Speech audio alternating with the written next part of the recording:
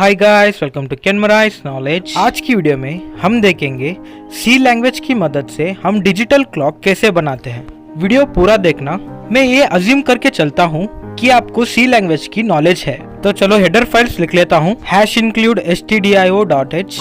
मैं आपको पूरा कोड भी एक्सप्लेन कर दूंगा। #include conio.h void main।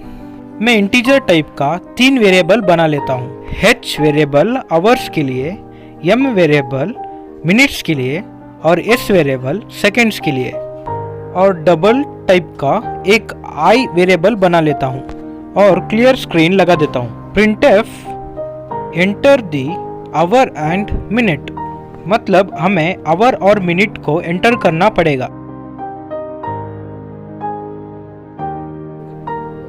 पहले मैं स्कैनफ की मदद से आवर को इनपुट करा दूंगा। %d इसलिए क्योंकि h वेरिएबल इंटीजर टाइप का है। %h एक और स्कैनफ की मदद से मैं मिनट्स को इनपुट ले लूंगा। m वेरिएबल भी इंटीजर टाइप का है, इसलिए %d %m bracket close semicolon. For loop ले लेता हूँ आवर्स के लिए, ओपन ब्रैकेट h सेमीकोलन। अब h में जो हम इनपुट देंगे वही वैल्यू होगा। h लेस देन 24 इसलिए एक दिन का 24 आवर्स होता है, इसलिए h++। मैं एक और फॉर लूप लगा लेता हूँ मिनट्स के लिए, open bracket m semicolon m less than 60 इसलिए क्योंकि मिनट 60 होता है। m++ m में वही वैल्यू होगा जो हम इनपुट देंगे। एक और फॉर लूप ले लेता हूँ सेकेंड्स के लिए, ओपन ब्रैकेट s = 0 कर देता हूँ। s = 1 ले लेता हूँ क्योंकि हमारा सेकेंड्स 1 2 3 ऐसा चलना चाहिए। s लेस देन 60 ले लेता हूँ क्योंकि 60 सेकेंड्स होता है। अब मैं printf की मदद से आवर्स मिनट सेकेंड्स को प्रिंट करा लेता हूँ।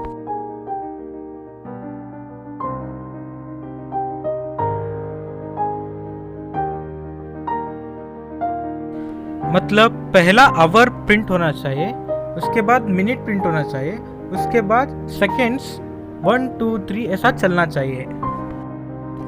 एक और फॉर लूप ले लेता हूँ सेकेंड्स के लिए, डबल टाइप का i वेरिएबल बनाया था उसको ले लेता हूँ। i = 1, i less than 3 9 1 4 0। इस वैल्यू पर हमारा सेकेंड्स ठीक ठाक से चलेगा। ये फॉर लूप इसलिए लिखा है मैंने, जब सेकेंड्स चलेगा 1 2 3, उस 1 2 3 सेकेंड्स के बीच में 1 मिली सेकेंड्स का गैप चाहिए, नहीं तो वो 1 2 3 पूरा स्पीड में चलेगा। सेकेंड्स फॉर लूप का क्लोज कर दिया, मिनट फॉर लूप का भी क्लोज कर दिया और आवर्स फॉर लूप का भी क्लोज कर दिया। जब ये पूरा फॉर लूप चलेगा हमारा टाइम वापस फिर से 0 से चालू होना चाहिए। सेकेंड्स फॉर लूप के बाद s = 0, मिनट्स फॉर लूप के बाद m = 0 और आवर फॉर लूप के बाद h = 0। गेट ch फंक्शन लगा देता हूँ और मेन फंक्शन को क्लोज कर देता हूँ। लेकिन हमें ये लूप कंटिन्यूसली चलना चाहिए, इसलिए मैं एक इनफाइनाइट लूप लगा लेता हूँ।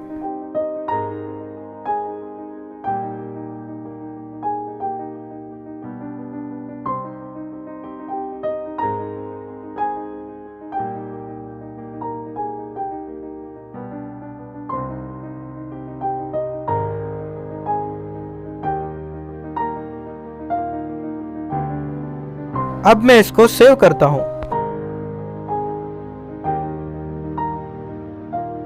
सी लैंग्वेज का .c एक्सटेंशन होता है। मैं इसको कंपाइल कर देता हूं। एरर आ रहा है, क्या एरर आ रहा है? Statement okay. मैं यहाँ फॉर लूप के बाद सेमीकोलन लगा दिया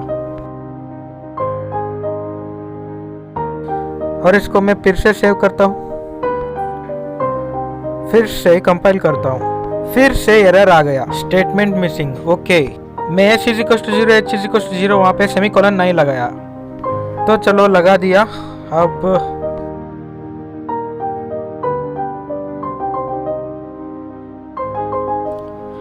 सेकेंड्स फॉर लूप के अंदर मैं क्लियर स्क्रीन लगा देता हूँ, इसलिए क्योंकि जब भी वो टाइम चलेगा उसके पिछले का स्क्रीन क्लियर होते रहना चाहिए।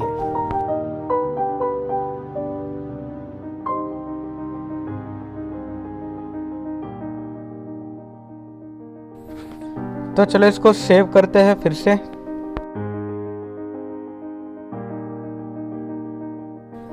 और इसको रन करते हैं।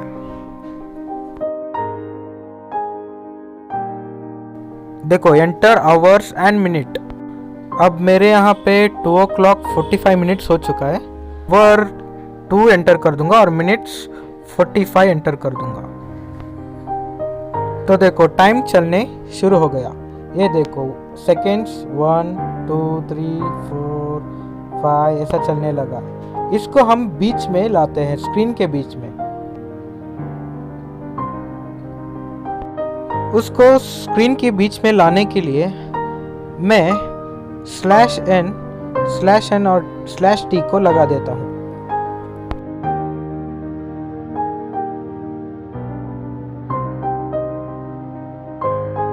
देखो ये फॉर लूप के मदद से हमारा 1 2 3 ऐसा 1 2 3 ऐसा उसके बीच में 1 मिली सेकेंड्स का गैप था। यही इस फॉर लूप का काम है।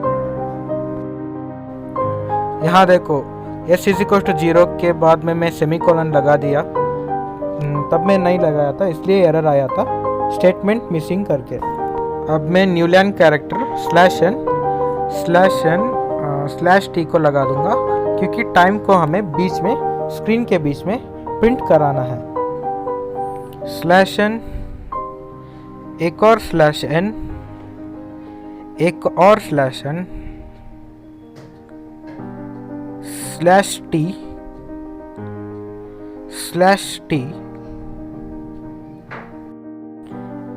एक और /t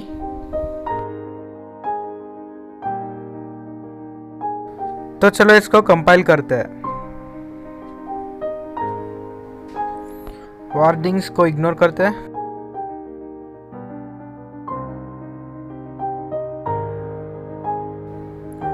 और इस प्रोग्राम को दोबारा रन करते हैं। फिर से आवर मिनट्स को एंटर करूंगा। अब 2:50 हो चुका है। 2 minutes 15। तो देखो 1 2 3 सेकेंड चल रहा है ना। ये 1 4 5 इसके बीच में थोड़ा गैप है ना, यही गैप उस फॉर लूप का है।